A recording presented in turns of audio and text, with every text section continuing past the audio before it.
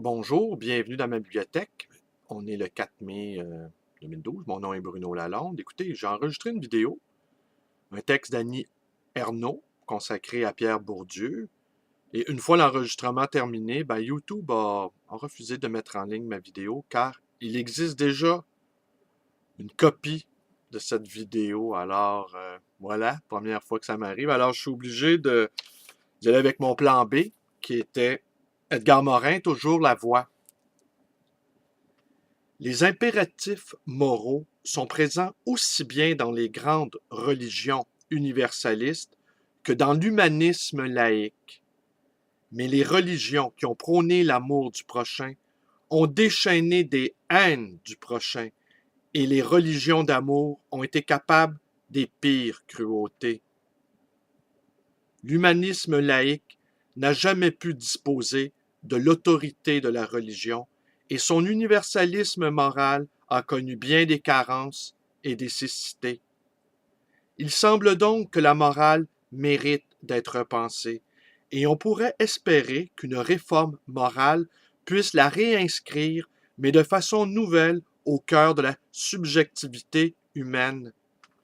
Si l'on définit la notion de sujet par l'auto-affirmation égocentrique d'un je se situant au centre de son monde de manière exclusive, personne ne peut dire je à ma place, cela signifie qu'être sujet comporte un principe égocentrique qui accorde priorité à soi sur toute autre personne ou considération.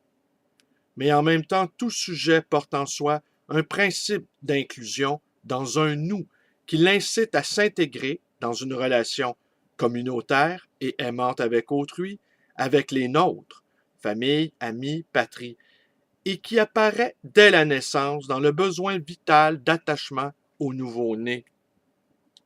Ce principe d'intégration peut amener le sujet jusqu'au sacrifice de sa vie pour ce nous. L'être humain est caractérisé par ce double logiciel.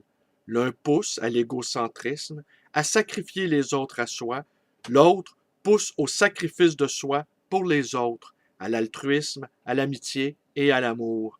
Notre civilisation tend à favoriser le logiciel égocentrique. Le logiciel altruiste et solidaire est certes partout présent, mais souvent inhibé et dormant. Il peut se réveiller.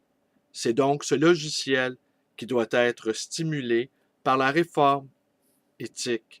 En vertu de la trinité humaine, individu, société, espèce, il faut concevoir une éthique en 3 dimensions.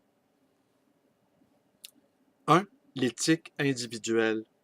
Cette éthique nécessite l'intégration dans la conscience et la personnalité de chacun d'un principe d'auto-examen permanent, car sans le savoir, nous nous dupons sans cesse et nous mentons à nous-mêmes. Nos souvenirs se transforment à notre avantage. Notre vision de nous-mêmes et des autres est pervertie par l'égocentrisme. Si nous voulons la réforme morale, nous ne pouvons faire l'économie de l'auto-examen et de l'autocritique. Or, nous croyons que la solution de nos maux psychiques et moraux relève exclusivement du tiers, psychothérapeute ou psychanalyste. Certes, autrui nous est nécessaire pour nous connaître nous-mêmes, mais seul l'auto-examen permet d'intégrer le regard d'autrui dans un effort permanent destiné à mieux nous comprendre avec nos carences, nos lacunes et nos faiblesses. Il est remarquable que nous montrions une pleine compréhension d'autrui dans le monde imaginaire et esthétique du roman, du théâtre, du cinéma. Nous sommes alors capables de comprendre des personnages totalement éloignés de nous, vivant dans des mondes exotiques ou des êtres ambigus, parfois criminels, comme le parrain de Francis Ford Coppola, ou bien les personnages de Shakespeare. Nous comprenons. Ben oui, ma chatte qui tient encore à se manifester.